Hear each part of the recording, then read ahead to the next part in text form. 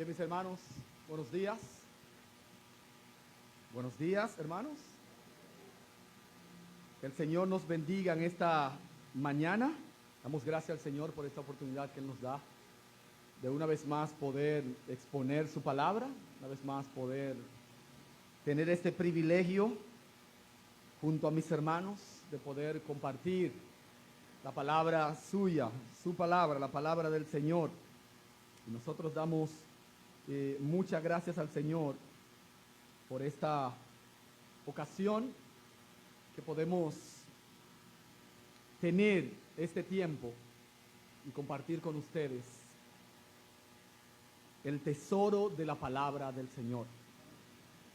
Vamos al texto en Juan capítulo 8.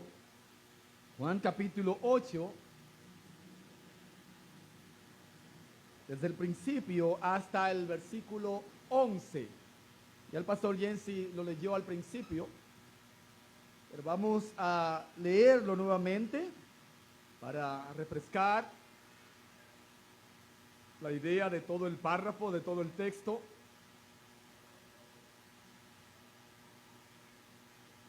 Voy a comenzar desde el versículo 53 del 7. Vamos a leerlo de la manera que acostumbramos. Cada uno se fue a su casa.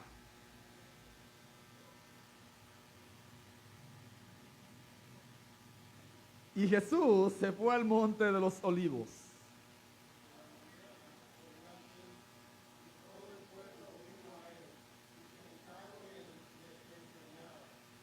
Entonces los escribas y los fariseos le trajeron una mujer sorprendida en adulterio y poniéndola en medio,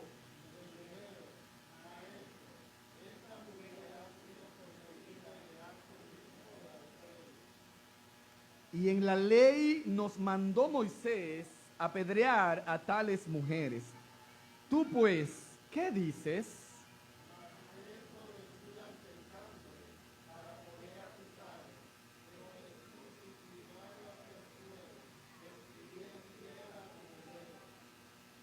Y como insistieron en preguntarle, se enderezó y les dijo: el que de vosotros esté sin pecado, sea el primero en arrojar la piedra contra ella.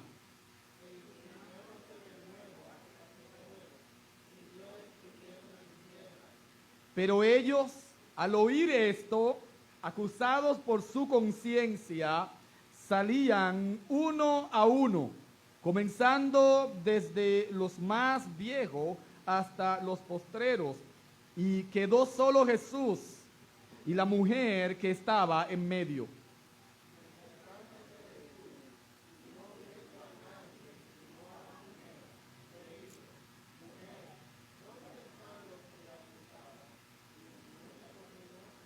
Ella dijo: ninguno, Señor. Entonces Jesús les dijo: ni yo te condeno, vete y no peques más. Oremos a nuestro Dios. Padre, una vez más, nosotros nos dirigimos a usted en oración, a pedirle que usted nos asista, a pedirle que usted nos bendiga, a pedirle que usted bendiga a su iglesia con su palabra, que bendiga a su siervo, que tanto lo necesita, Dios. Oh Padre, nosotros entendemos que su palabra solamente puede ser entendida a través de su capacitación. Oh Dios, queremos que usted abra los ojos de nuestro entendimiento y que podamos ver las maravillas de su ley. Oh Dios, bendíganos, bendígame a mí, permítame hablar con claridad, permítame hablar con denuedo, con pasión, con compasión.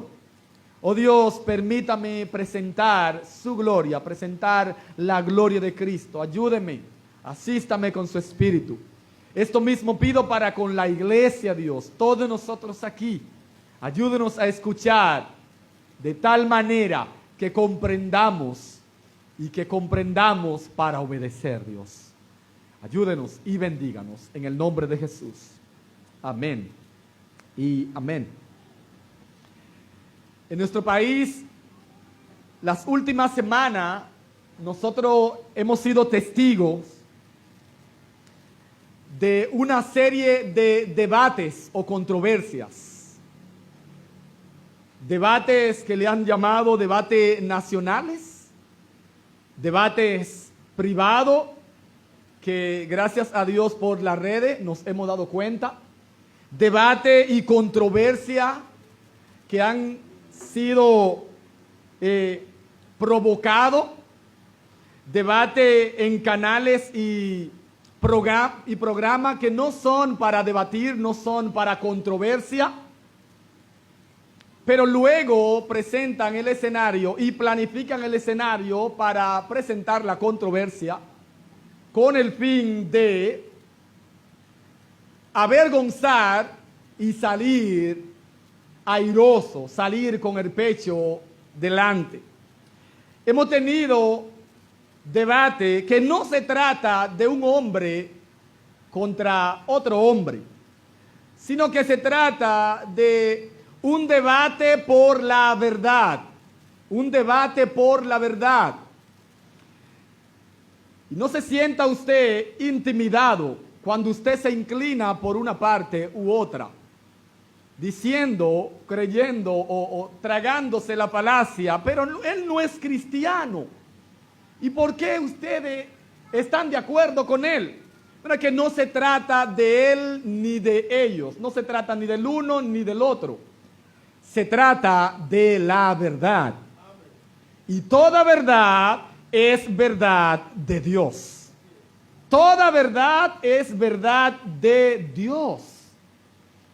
Y ese debate, como ya dije, lo han planificado y han hecho unas controversias y programas que han sido para entrevistar. En el curso de la entrevista lo han vuelto una controversia. Y la finalidad de ellos, en primer lugar, es destruir la verdad. Y eso nunca es posible. Y otra finalidad de ellos es salir con el pecho delante, salir glorificado, salir lleno de gloria, salir diciendo yo gané, salir diciendo yo avergoncé. Y se busca la gloria propia y la vergüenza de otro. Pero cuando se trata de la verdad, permítame decirle otra vez, la verdad nunca es avergonzada. La verdad siempre sale a flote, la verdad siempre sale con la gloria, El pasaje que nosotros tenemos aquí delante, en Juan capítulo 8, versículo 1 hasta el versículo 11, es un pasaje que entre los estudiosos o los que han tenido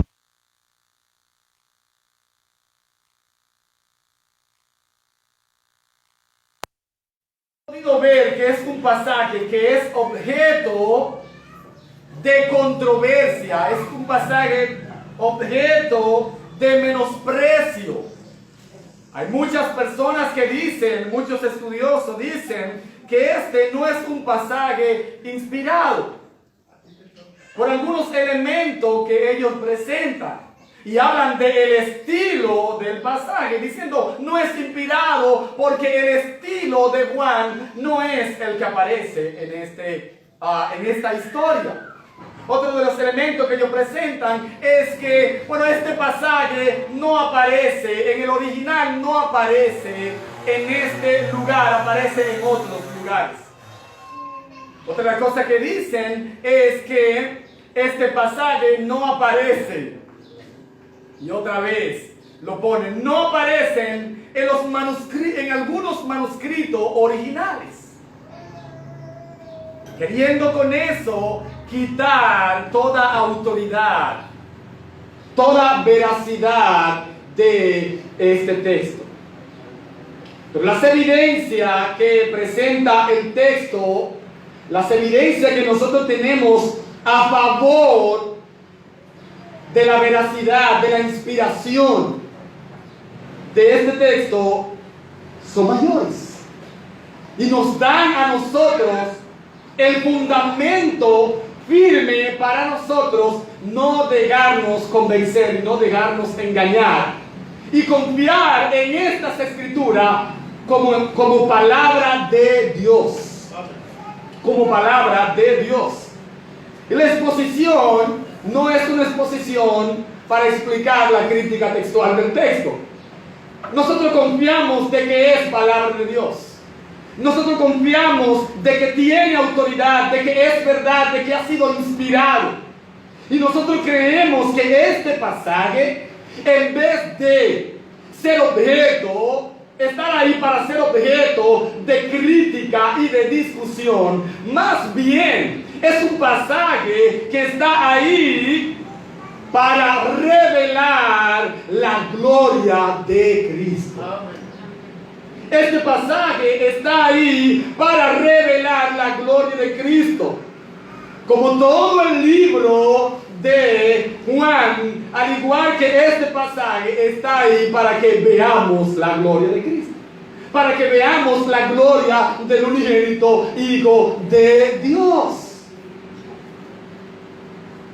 Y al igual que los debates que hemos tenido en nuestros tiempos, este debate, sin una comparación mayúscula o completa, este debate trata de lo mismo. Es una controversia que no inicia aquí, es una controversia que ya inició, pero ahora esta controversia toma otro estilo, toma otro sentido, pero con la misma finalidad. Lo que se está buscando aquí es la humillación y la vergüenza de Cristo, como lo vamos a ver más adelante. Sin embargo, lo que podemos ver es la exaltación y la revelación del Señor Jesucristo. Es la gloria de Cristo que se nos es presentada en este pasaje. Asimismo, he titulado, aunque algunos hermanos pastores, aunque algunos libros, esta misma Reina Valera titula este texto como la mujer samaritana. Permítame decirle que la mujer samaritana no es el centro de este pasaje. Gracias. ¿Quién fue que lo dijo? La mujer adúltera. Gracias, Javier. La mujer adúltera ni la mujer samaritana son el centro de este pasaje. El centro de este pasaje es el Señor Jesucristo. Es el propósito de todo el libro. Y eso es lo que vamos a estar viendo. La gloria de Jesús ante la presentación de la mujer adúltera. La gloria de Cristo ante la presentación de la mujer adúltera. Vamos a estar viendo dos cosas, tres, en un sentido de implicación o de aplicación. Vamos a estar viendo en primer lugar la presentación de la mujer adúltera y en segundo lugar la gloria de Cristo o de Jesús ante la presentación de la mujer adúltera. El texto nos está diciendo, en primer lugar, cada uno se fue a su casa y Jesús se fue al monte de los olivos.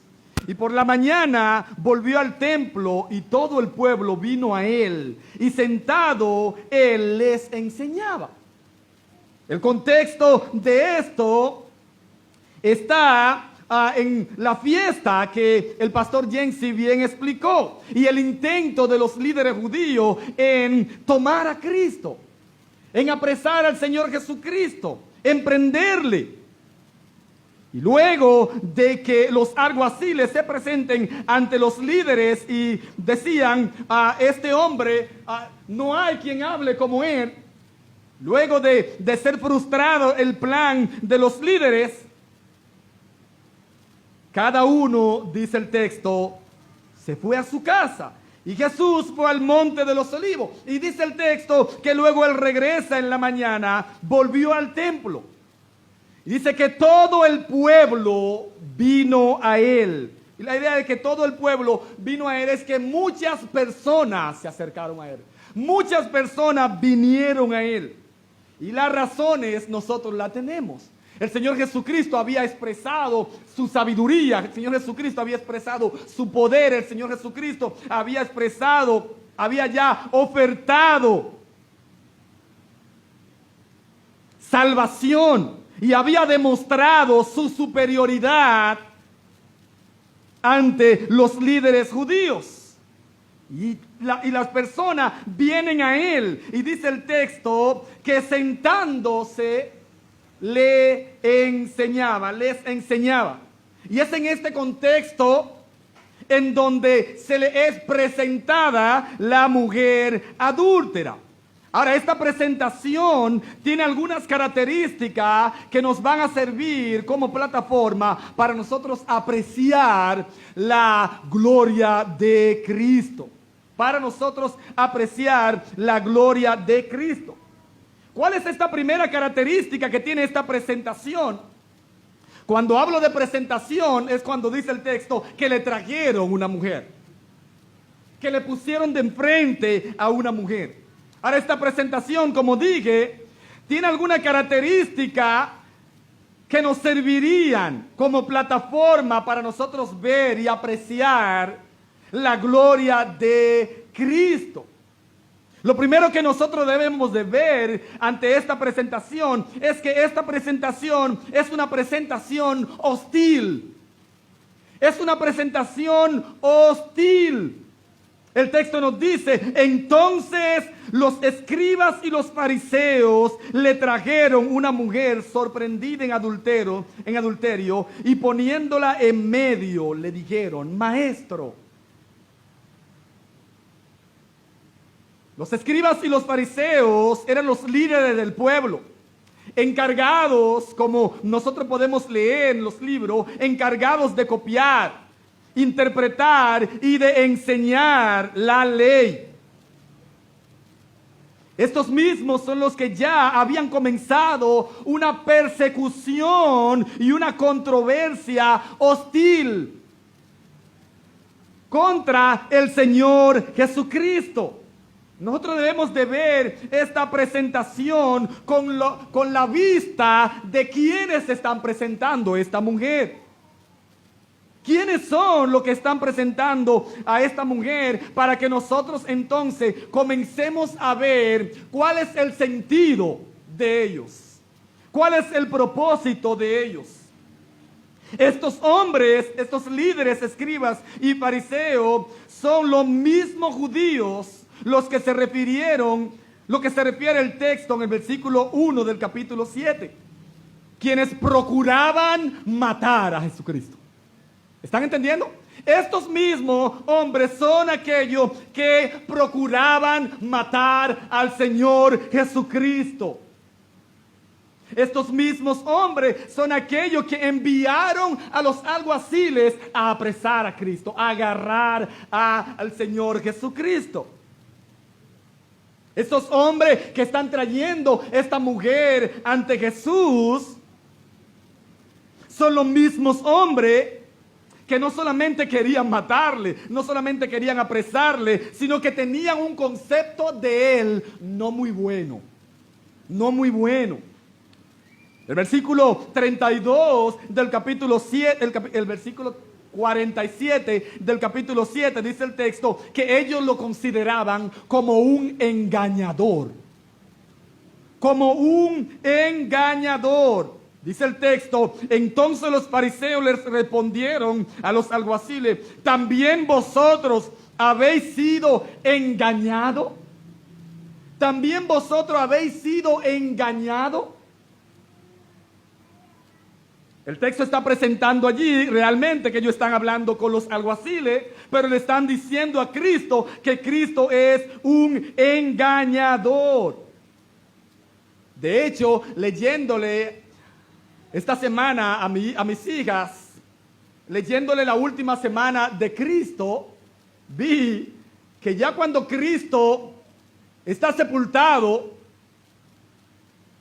y los líderes judíos van ante las autoridades, una de las cosas que le dice, danos permiso para ir y poner y cuidar y custodiar, porque recuerda que este engañador había prometido resucitar.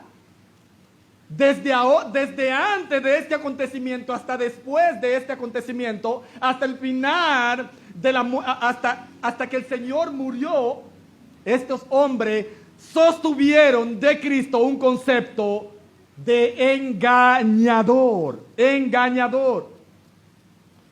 Y no solamente esto, el capítulo 8, versículo 48 y 52 nos dice que ellos decían de Cristo, este tiene demonio.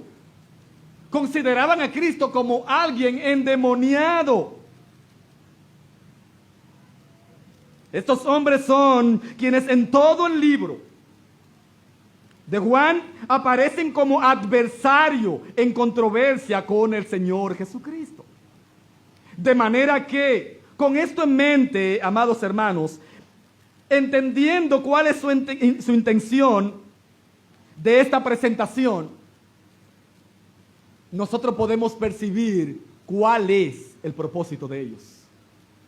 No es una presentación simple. No fueron los amigos de Jesús, no fueron los discípulos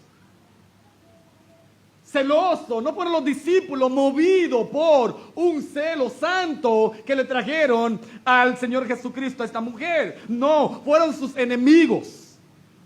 Era una presentación hostil para con el Señor Jesucristo y una presentación hostil para con la mujer misma.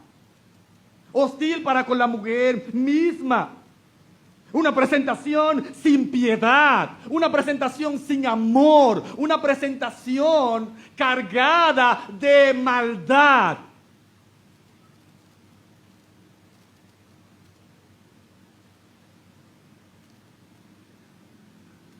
El texto nos dice que eran los escribas y los fariseos e hicieron espectáculo con ella, poniéndola en medio de toda la multitud, procurando, aunque no primariamente, pero sí con el proceso, procurando su vergüenza y acabando con su dignidad. Era una presentación hostil. Pero en segundo lugar, esta presentación era una presentación parcial. Una presentación parcial. No solamente nos habla de el corazón de estos hombres, sino que nos habla de la parcialidad de ellos. La parcialidad de ellos al presentar esta mujer. Dice el texto, versículo 4, y le dijeron, maestro, esta mujer ha sido sorprendida en el acto mismo del adulterio. Y en la ley nos mandó Moisés apedrear a tales mujeres. Tú pues, ¿qué dice? El texto es claro diciéndonos que la mujer fue sorprendida en el mismo acto de adulterio. En el mismo acto de adulterio. En la misma acción de quebrantar el séptimo mandamiento. No adulterará. Era una acción prohibida. Condenada por Dios y su palabra. Y esta acción tenía consecuencias de muerte. Ahora es bueno que nosotros notemos que al tipo de adulterio que ellos se están refiriendo, no es al tipo de adulterio que el Señor Jesucristo se refiere en Mateo capítulo 5, versículo 28. No es a ese tipo de adulterio. Porque podríamos decir, bueno, ellos se están refiriendo al adulterio que comete un hombre o una mujer en su corazón. No es a ese tipo de adulterio. Al tipo de adulterio que ellos se están refiriendo o que la mujer cometió es el adulterio de un hombre y una mujer viviendo con alguien que no es su pareja. Ahora, si ustedes se fijan, esta gente solamente presentaron a la mujer. Ellos solo trajeron como presentación de quebrantar el mandamiento a la mujer. Y dicen, en la ley nos mandó Moisés apedrear a tales mujeres. El texto en Levítico capítulo 20, versículo 10 y Deuteronomios capítulo 22, versículo 22 nos habla que tanto el hombre como la mujer debían ser muertos. Debían ser muertos. Tanto el hombre como la mujer debían de ser apedreados.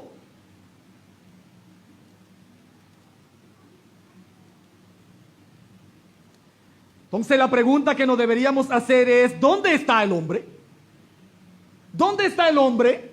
¿Por qué traer solo a la mujer? Al presentar solo a la mujer, estos hombres estaban poniendo en evidencia su parcialidad y falta de compromiso real con el cumplimiento de la ley.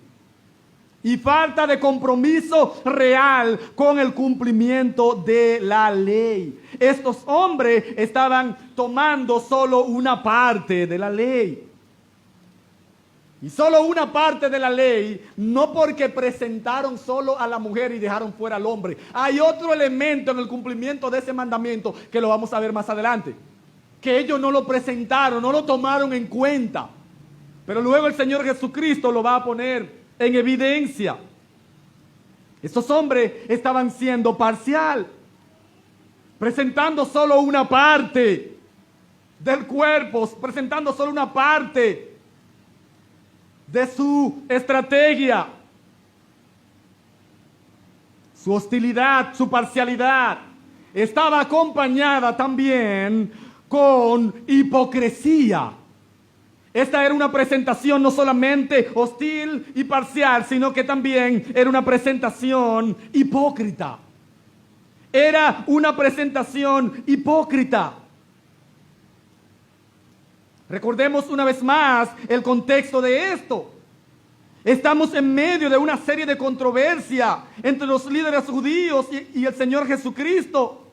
Y que la finalidad de estos hombres era poder apresar al Señor Jesucristo. Esta era su finalidad, poder prender a Cristo, poder tomarlo. Y este tomarlo o apresarlo, ya ellos habían fracasado en varias veces. En el versículo 30 del capítulo 7 nos dice que ellos habían fracasado al querer prenderle y no pudieron tomarle, no pudieron hacerle. Intentaron hacerlo nuevamente enviando alguaciles y apresarlo y tampoco pudieron, según el versículo 32 y 45 y 46 del 7. Ahora bien, en este texto, en el capítulo 8, lo que ellos están haciendo es queriendo hacer lo mismo, pero con otra metodología. Queriendo hacer lo mismo, pero con otra metodología. Su interés no cambia. Su propósito no cambia. Lo que se quiere es destruir a Cristo. Lo que se quiere es matar a Cristo. Lo que se quiere es hacer empequeñecer a Cristo ante el pueblo. Destruir su autoridad, destruir su honor, destruir su fama. E intentaron apresarlo y no pudieron. Mandaron las autoridades del templo, tampoco pudieron. Oh, tenemos que cambiar la estrategia. Entonces, con una estrategia diferente, siguen con el mismo propósito. Y es bueno que entendamos que aunque ellos trajeron a la mujer delante de Cristo, aunque ellos avergonzaron a la mujer delante de la multitud, su objetivo no era avergonzar o la muerte de la mujer. Ese no era su objetivo. Ella solamente era un instrumento en sus manos para lograr su verdadero objetivo. Solo era un instrumento en sus manos. Solo era un escalón para llegar a su verdadera meta. Realmente no estaban preocupados por la muerte de ella. No estaban preocupados. Su fin principal no era su vergüenza. Ella solo era un instrumento en sus manos. Ella solo era una forma de llegar. Y pensemos en nuestra realidad. Ustedes ven toda esta controversia sobre el aborto, sobre la homosexualidad, sobre el estilo de vida que nos quieren plantar. El fin no es ganar nuestro discurso. Ese no es el fin. Hay otro fin detrás. Hay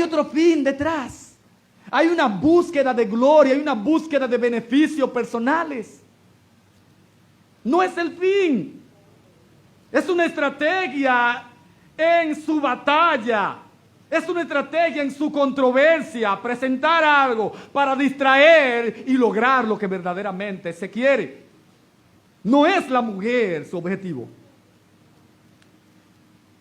Lo podemos observar que cuando ellos dicen, maestro, esta mujer ha sido sorprendida en el acto mismo de adulterio, y en la ley nos mandó Moisés apedrear a tales mujeres. ¿Tú pues qué dices?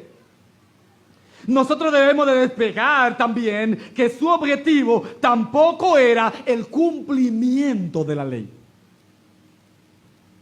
El objetivo de ellos no era realmente el cumplimiento de la ley.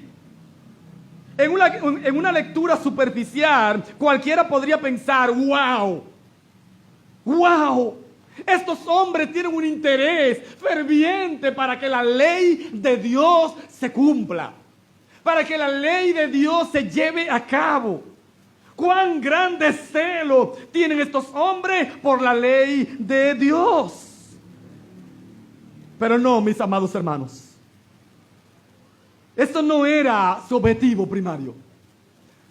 Su objetivo primario no era el cumplimiento de la ley.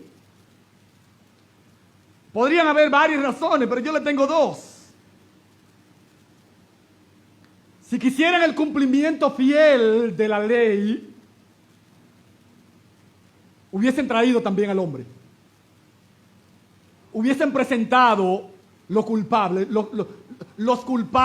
todo el que tiene culpa, lo hubiesen presentado delante del Señor Jesucristo.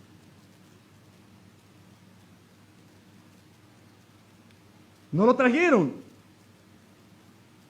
Y el segundo, si ellos hubiesen querido cumplir la ley, no consultarían a Jesucristo.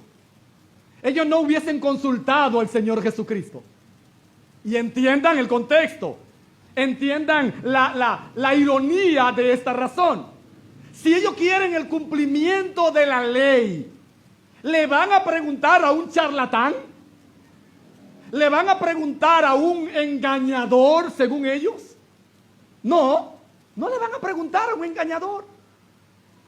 No le van a preguntar a alguien que no conoce la ley, como ellos mismos dicen. Esta gente no conoce la ley. En el versículo 48 del capítulo 7. Le van a preguntar a alguien que para ellos estaba incluido en el grupo que no conoce la ley.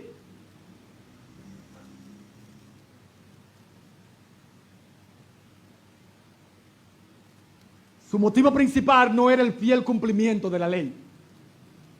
Pero en su presentación ellos presentan un elemento más que podría confundirnos si no tenemos pendiente el concepto que ellos tenían de Cristo. El texto dice, y en la ley Moisés nos mandó a apedrear a tales mujeres. Tú pues, ¿qué dices? Esto nos lleva a despejar un tercer objetivo que se podría presentar aquí. Su objetivo al preguntarle a Cristo, tú pues, ¿qué dices? No era escuchar la palabra de Cristo para obedecerla. El objetivo de estos líderes no era escuchar, ponerse a los pies del maestro. El objetivo de estos líderes no era el de María, puesta ahí a escuchar. ¿Qué quiere que haga? No era presto para obedecer. De hecho, el sentido del texto cuando dice, tú pues, ¿qué dices? Tú pues, ¿qué dices? Era una pregunta sutil.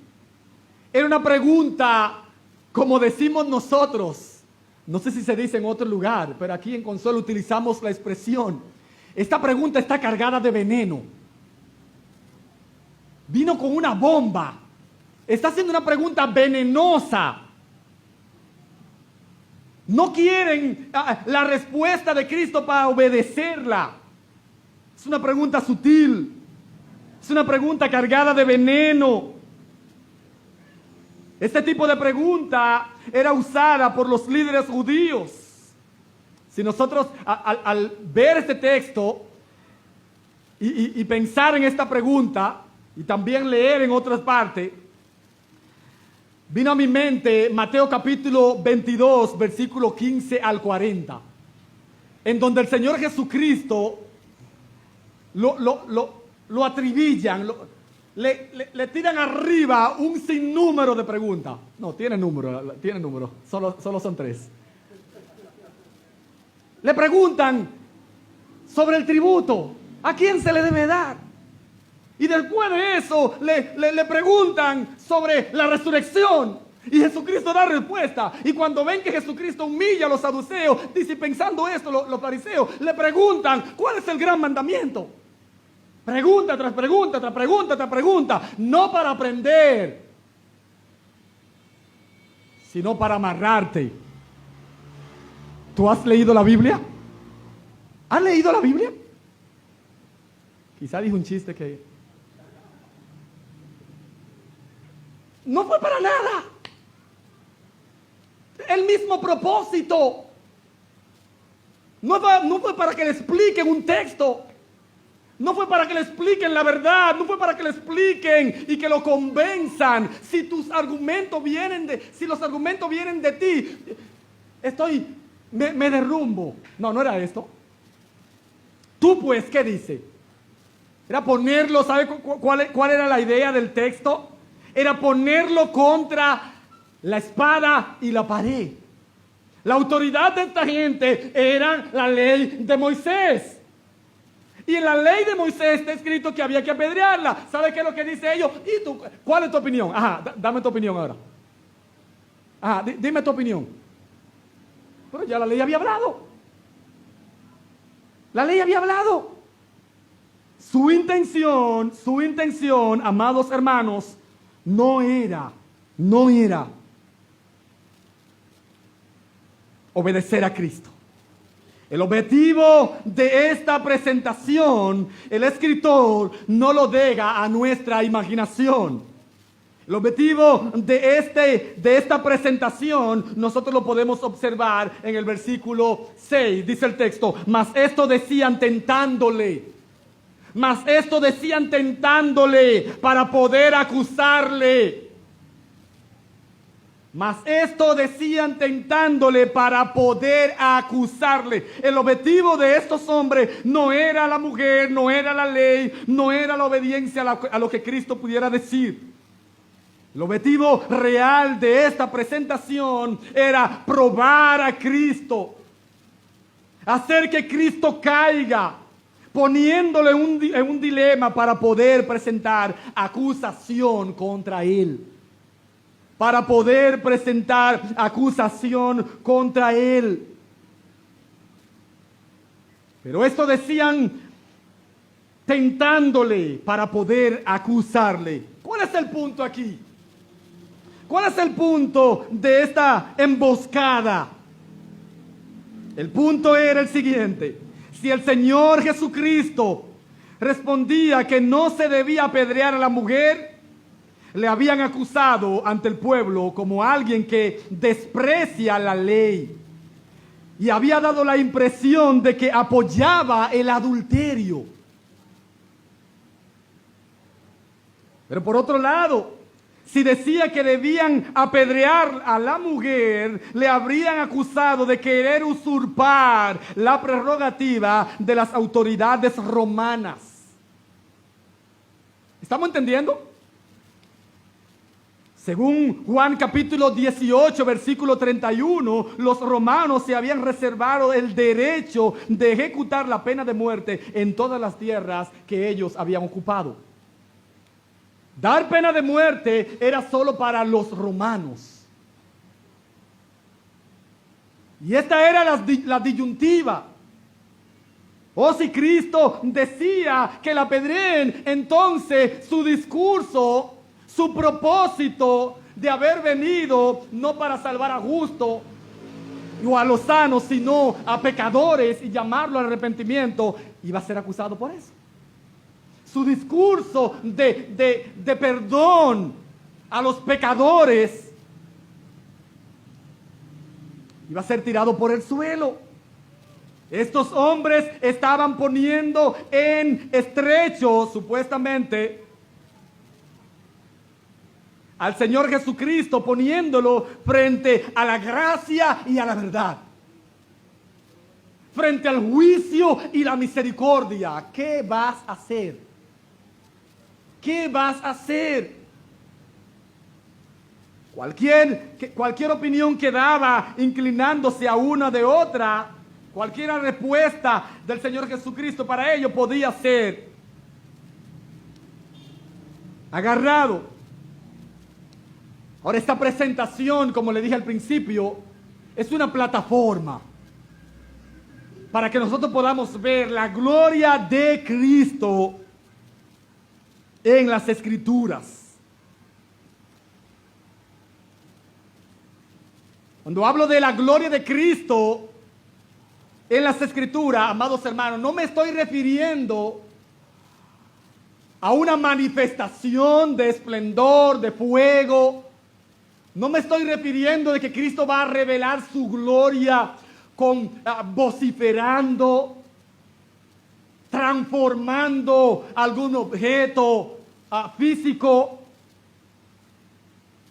No, cuando me refiero al texto ahora en este segundo encabezado de la revelación de la gloria de Cristo, me estoy refiriendo a que Cristo va a poner de manifiesta sus excelencias, sus virtudes, su carácter.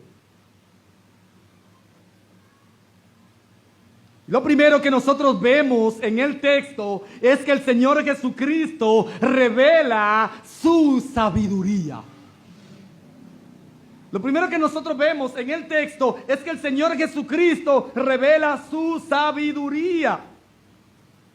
Y el Señor Jesucristo revela su sabiduría en dos formas. En primer lugar, el Señor Jesucristo revela su sabiduría a través del silencio. A través del silencio.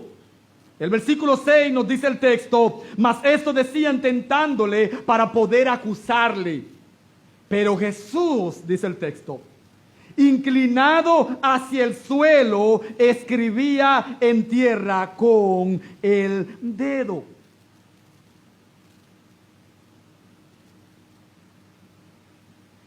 Ese texto, cuando dice que Jesús, inclinado hacia el suelo, escribía en tierra con el dedo, hay un sinnúmero de suposiciones y teoría diciendo qué es lo que Cristo está escribiendo. Jesucristo, según algunos, Jesucristo estaba escribiendo los pecados de los hombres que estaban delante de él.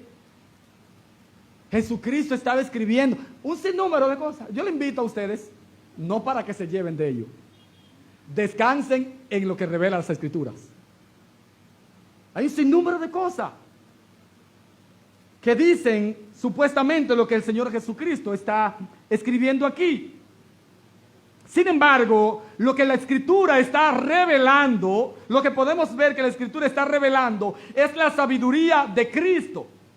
Y Jesucristo está expresando su sabiduría a través del silencio, a través de no palabras. Muchas veces se cree que cuando una persona decide hacer silencio ante la presencia de algún tema o alguna situación específica es debido a su ignorancia o falta de sabiduría.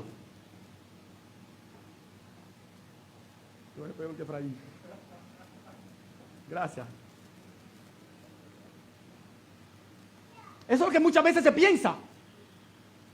Que cuando se hace silencio ante algún tema de debate, ante alguna pregunta que se hace, y la persona se mantiene tranquilo o en silencio o decide no opinar, lo que muchas veces pensamos es: desconoce el tema, ignora el tema, le falta sabiduría, no puede argumentar, no tiene argumento para responder.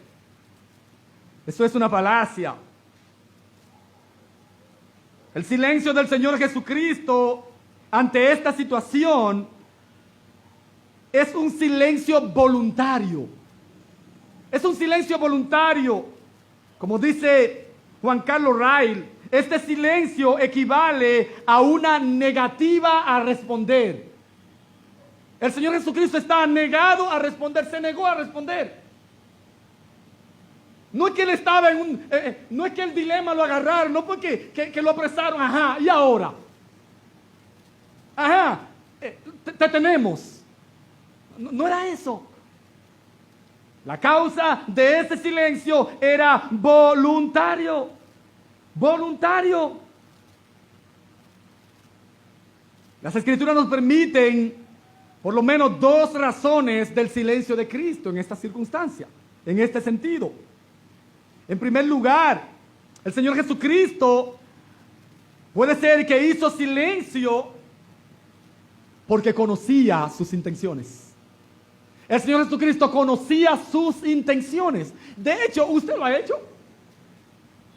Cuando usted conoce a una persona, no porque le conozca su corazón, sino porque el historial de él o de ella es hacer preguntas, no para tener su respuesta. Y le hacen una pregunta. Usted decide no contestar. O usted le dice: hermana, ¿qué es lo que usted me quiere decir realmente? ¿Podría decirme realmente qué es lo que quiere? Sin tener que preguntarme. Porque ya conocemos el historial del hermano, de la hermana o de la persona. Aquí el Señor Jesucristo, una de las causas podría ser de su silencio, es que Él conocía sus malvadas intenciones.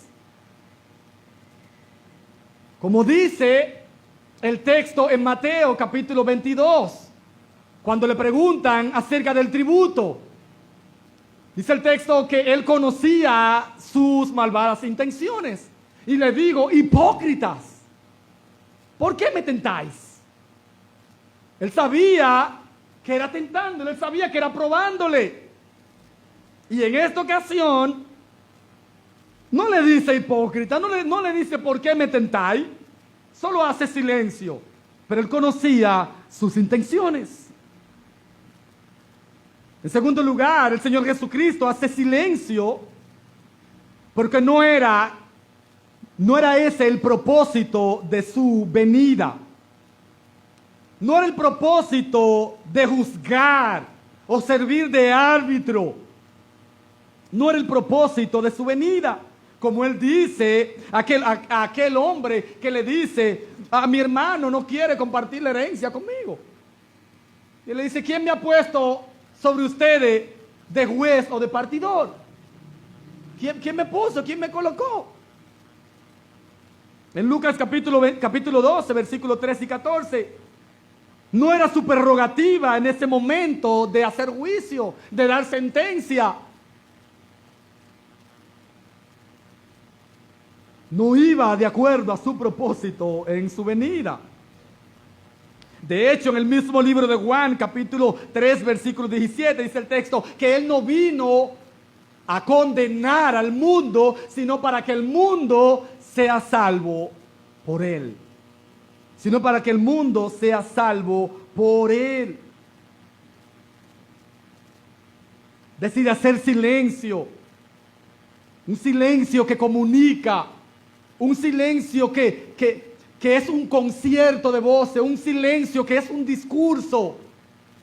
Un silencio que llama a la solemnidad. Un silencio que llama a la reflexión. Un silencio que llama a la reconsideración. Considera. Un silencio que llama a ver delante de quién estamos.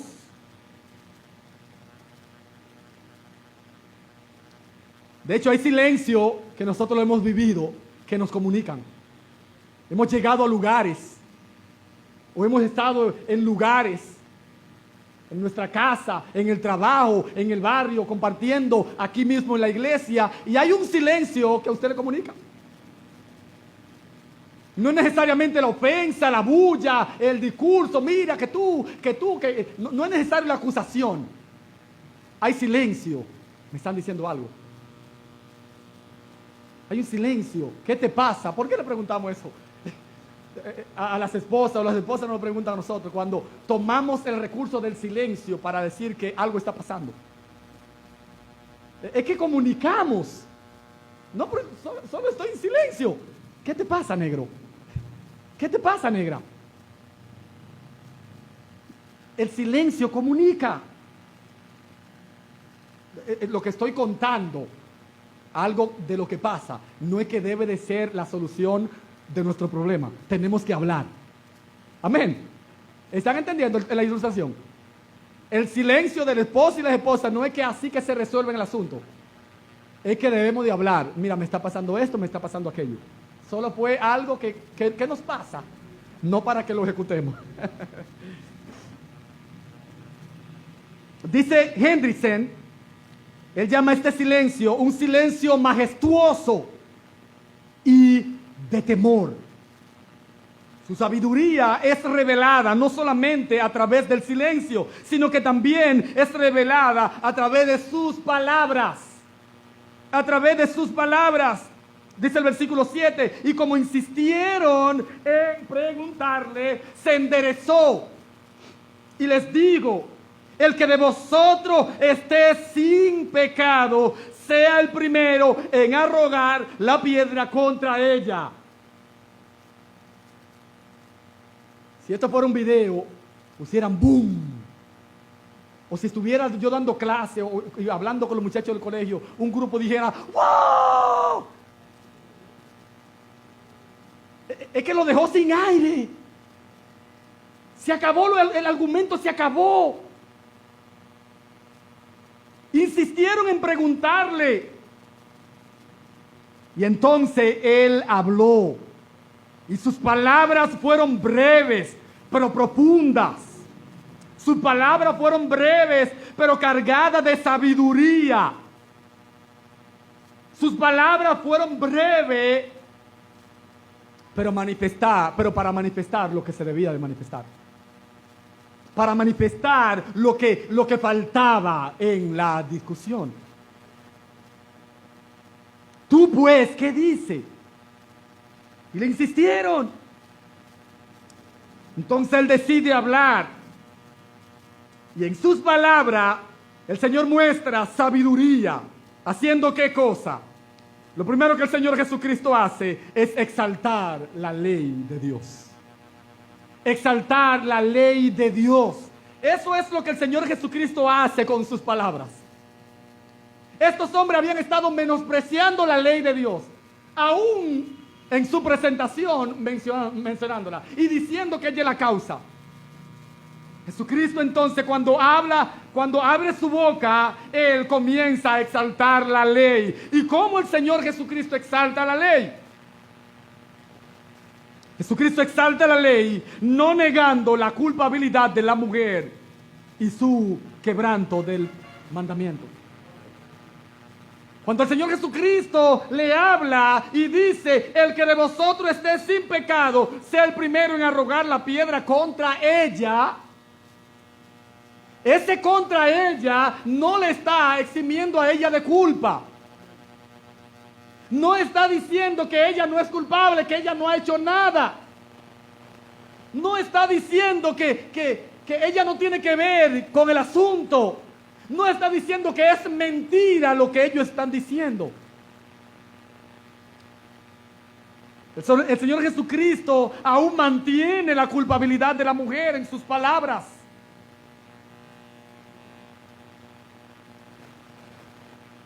Pero no solamente esto, sino que el Señor Jesucristo muestra sabiduría, exaltando la ley, poniendo sobre sus hombros, sobre los hombros de estos hombres, su responsabilidad como testigo y acusadores. Como testigo y acusadores. Ellos pusieron la pelota en la cancha de Jesús. Y cuando el Señor Jesucristo le dice, el que de vosotros esté sin pecado, sea el primero en arrojar la piedra contra ella, el Señor Jesucristo le devuelve la pelota para su terreno. Diciéndole, ¿saben qué? Pero en la ley también dice que son los testigos los que deben de comenzar a arrojar la piedra. Y después que los testigos comiencen a tirar piedra contra el culpable, entonces todo el pueblo tiene que comenzar a arrojar piedra sobre ellos. Así que el que de vosotros esté sin pecado, sea el primero en llevar a cabo lo que le corresponde. ¿Están entendiendo la sabiduría de Cristo? Y eso el texto lo dice en Deuteronomio capítulo 17, versículo 7. Pero no solamente esto, sino que el Señor Jesucristo muestra su sabiduría exaltando la ley.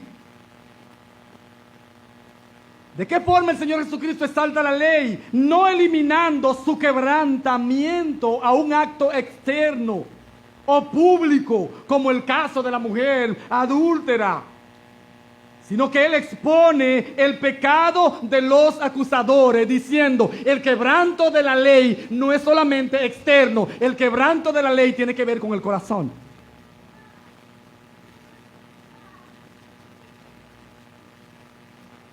Por eso Él le dice, el que de vosotros esté sin pecado, sea el primero en arrojar la piedra contra ella. Y dice el versículo 9, e inclinándose de vuelta hacia el suelo, siguió escribiendo en tierra, como para darle la oportunidad a meditar. Él cambió el dedo acusador de la mujer hacia ellos mismos. Y dice el texto, pero ellos al oír esto, dice el texto, acusados por su conciencia, salían uno a uno, comenzando desde el más viejo hasta el más joven. Así salieron. Algunos comienzan a argumentar, ¿por qué lo más viejo hasta lo más joven? Salieron todos. Y si vamos a calcular, bueno, los más viejos quizás salieron porque tenían más pecado. El más viejo peca más por el tiempo. Algunos argumentan muchísimas series. El punto es que salieron. Ninguno salió justificado. Ninguno salió con un 100. Todos fueron confrontados por sus pecados. ¿Quién lo llevó? ¿Quién le puso? ¿Quién trajo ese aspecto de la ley? El Señor Jesucristo.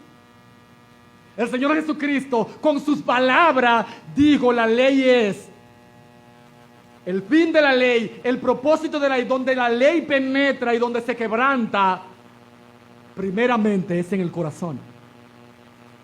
Por eso el texto dice en el 5:28, el que mira a una mujer para codiciarla, ya adulteró con ella en su corazón. Por eso es que el argumento de aquellos que creen que el Señor Jesucristo está apoyando aquí el adulterio, se cae. Porque Jesucristo aquí lo que lo está maximizando, el rango de pecar. El Señor Jesucristo extiende hasta dónde podemos pecar contra la ley de Dios. Estos hombres estaban haciendo lo que Pablo condena en Romanos capítulo 2. ¿Recuerdan ese texto en Romanos capítulo 2? Versículo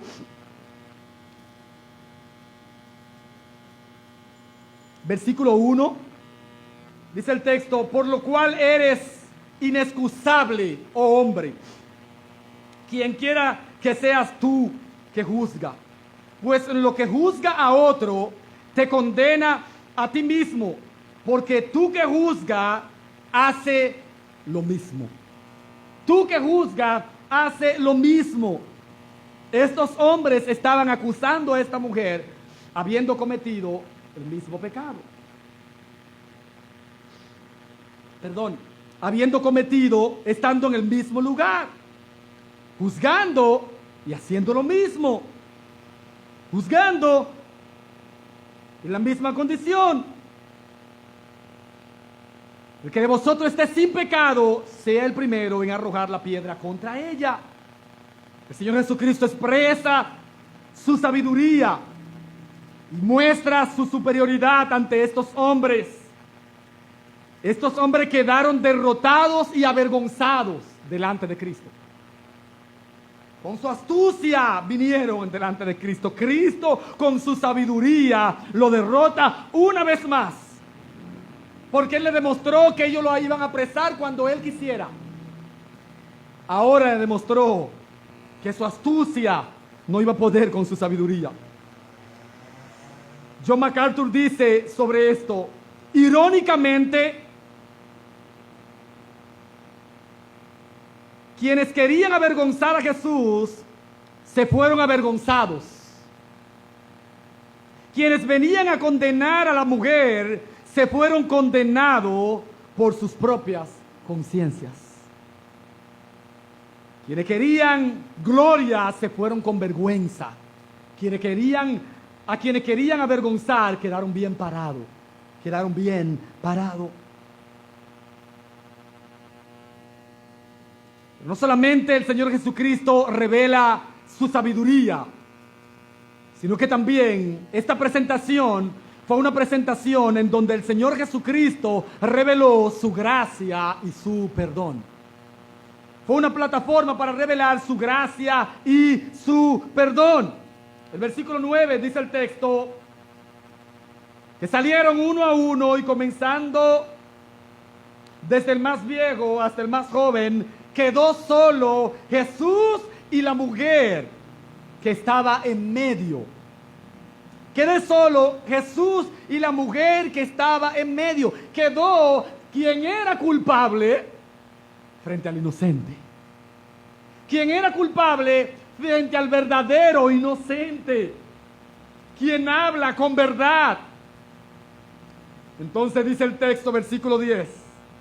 Enderezándose Jesús y no viendo a nadie, sino a la mujer, le dijo: mujer, ¿dónde están los que te acusaban? ¿Ninguno te condenó? O esta expresión está llena de gracia. Esta expresión, estas palabras dirigidas por Cristo hacia esta mujer es una expresión dirigida con gracia. El Señor Jesucristo fue amable con ella. ¿Recuerdan las expresiones que el Señor Jesucristo utiliza? Llamándole mujer a la mujer samaritana, a María, a esta ahora mujer adúltera. Él le dice mujer. Y después utiliza un método para llevarla a ella a considerar y ver el grado de gracia, el grado de misericordia que ha pasado con ella. Le dice, no para conocer, no para saber, no para tener más conocimiento, no para estar claro de qué está pasando. El Señor le dice, ¿dónde están los que te acusaban? ¿Y dónde están? Oh, ¿y dónde están los que te acusaban? ¿Era para saber? No, yo creo que el propósito de Cristo era algo más. Dice el texto, ¿ninguno te condenó? Gracias, ninguno me condenó. Ninguno. Dice el texto, ella dijo, ninguno, Señor. Entonces Jesús le dijo, ni yo te condeno. Vete y no peques más. Vete y no peques más. Una vez más, vemos de Cristo su ternura, su gracia, su misericordia, su compasión. Porque Él era la ley encarnada. Él era la ley encarnada. Él era el cumplimiento de la ley. Él tenía en sí mismo todo el derecho para acribillar a esta mujer. Para decirle a esta mujer, tú has pecado. Tú has pecado. Y declarar el pecado de esta mujer y quedarse solo ahí. Pero Él dijo, ni yo te condeno. Y le dice el texto, vete y no peques más. Esa expresión de vete y no peques más, una vez más podemos nosotros observar la gracia de Cristo. Una gracia transformadora. Una gracia que es para santificación. Una gracia que te encamina en la verdad. Una gracia que te pone en el carril del cumplimiento de la voluntad de Dios. Una gracia, como dice Pablo a Tito, que nos enseña a vivir en este siglo sobria, justa y piadosamente. Una gracia que nos llama a terminar con el pecado. Una gracia que nos capacita a obedecer la ley de Dios.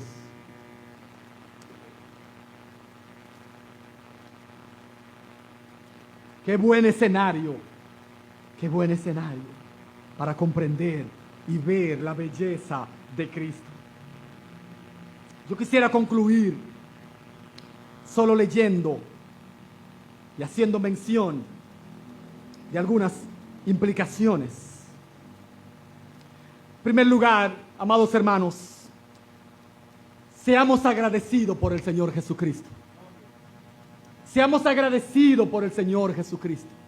Es Cristo y solo Cristo el único que puede resolver nuestra situación de pecado. Porque ¿saben qué? Los hombres con nuestro pecado hacen leña del caído. Los hombres con nuestro pecado, lo que nos utilizamos el uno al otro como pelota para criqui. Los hombres nos acabamos el uno al otro con nuestro pecado.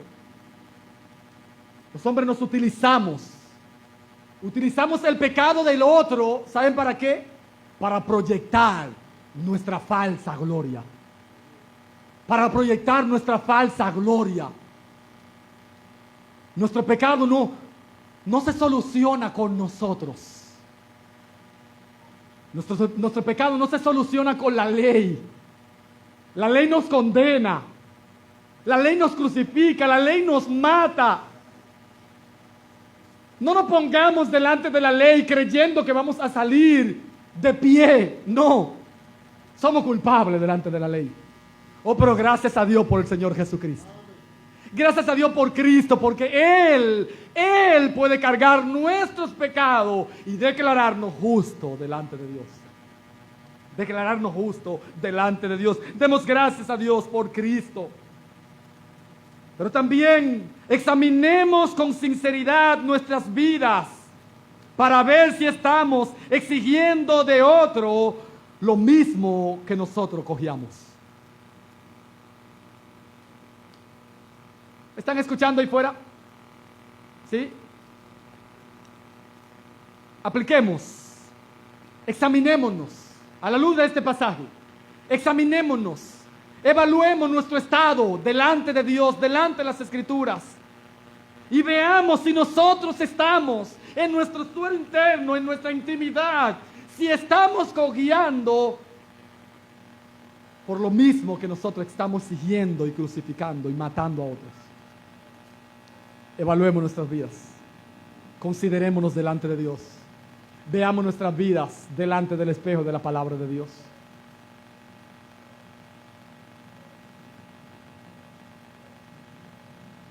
Pero también este texto implica que nosotros no esperemos perfección ni en nosotros mismos, ni en ningún otro, para exigir el cumplimiento de la ley de Dios. ¿Me explico? Os repito. Cuando el Señor Jesucristo le dice, el que esté libre de pecado, el que de vosotros esté sin pecado, sea el primero en arrojar la piedra contra ella. El Señor Jesucristo aquí no está diciendo, no está exigiendo perfección para exigir la obediencia a Dios. No es eso. No es eso. El Señor Jesucristo está llamando a ponernos en sintonía, a ponernos en una condición para llamar a otro a estar en la misma condición en la cual estamos, en sintonía con la palabra de Dios, en sintonía con la obediencia de Dios. Ese es el llamado. Aquí el Señor Jesucristo no está prohibiendo, no está diciendo, para que los hermanos, para que los hombres se exijan el uno al otro la obediencia a la palabra del Señor. Tiene que haber perfección. No, no es eso, hermano. No muerdes anzuelo. No muerdes anzuelo, que le van a sacarte el hígado. No lo muerda. Exhortémonos el uno al otro. Exhortémonos el uno al otro. Reprendámonos el uno al otro. Y seamos humildes. El que lo está dando la reprensión, sea humilde, entienda que delante de Dios también está fallando y que necesita arrepentimiento para con Dios. Si usted está recibiendo la reprensión, entienda y sea humilde que delante de la palabra lo están poniendo. Y si necesita arrepentimiento y fe, vuelva hacia Cristo para el bien de su alma. No levante la barrera diciendo, pero ¿y qué es lo que él está hablando? ¿Y qué es lo que ella está hablando? Pero no está viendo que. Oye, ¿y cómo estará su corazón? De él o ella. No cometa ese error. Póngase delante de Dios, delante de la palabra del Señor. Y si es hallado en alguna falta, vuélvase a Cristo en arrepentimiento y fe. Vuélvase a Cristo en arrepentimiento y fe. Como decía, esta implicación implica que al ser confrontado con nuestro pecado en nuestra conciencia, no debemos apartarnos de Jesús con endurecimiento de corazón. Al contrario, debemos de venir a Él en arrepentimiento y fe. Si hay algo triste aquí, si hay algo triste en este pasaje, es que estos hombres, al ser acusados por su conciencia, salieron uno a uno para alejarse de Cristo. Lo que le correspondía a ellos era reconocer la deidad de Cristo, la gloria de Cristo y humillarse y decir, aquí se acaba toda controversia, usted tiene razón, nosotros somos pecadores, tú eres Dios. Amados hermanos, no salgamos con corazones endurecidos cuando somos confrontados por la palabra. Amigo que nos visita, si tú entiendes tu condición delante de Dios, tu condición de pecado delante de Dios, no te endurezca y quieras resolver tu problema en otro lugar. Está en Jesucristo la solución. Está en Jesucristo la solución. Y en último lugar, esta historia, esta presentación implica que nosotros procuremos una vida de santidad progresiva, apartándonos cada día de nuestro pecado y acercándonos a la semejanza de Cristo. Que la gracia de Dios sea para con nosotros y que Él nos permita honrarle. Vamos a orar. Padre, gracias. Gracias por permitirnos ver la gloria de Cristo. Ayúdenos. Bendíganos. Necesitamos de su gracia. Oh Dios, ayude nuestros corazones. Ayúdenos, Señor, para que nosotros seamos dirigidos por usted hacia una santidad de su Hijo Dios. Por Jesucristo oramos. Amén y amén. Dios le bendiga, amados.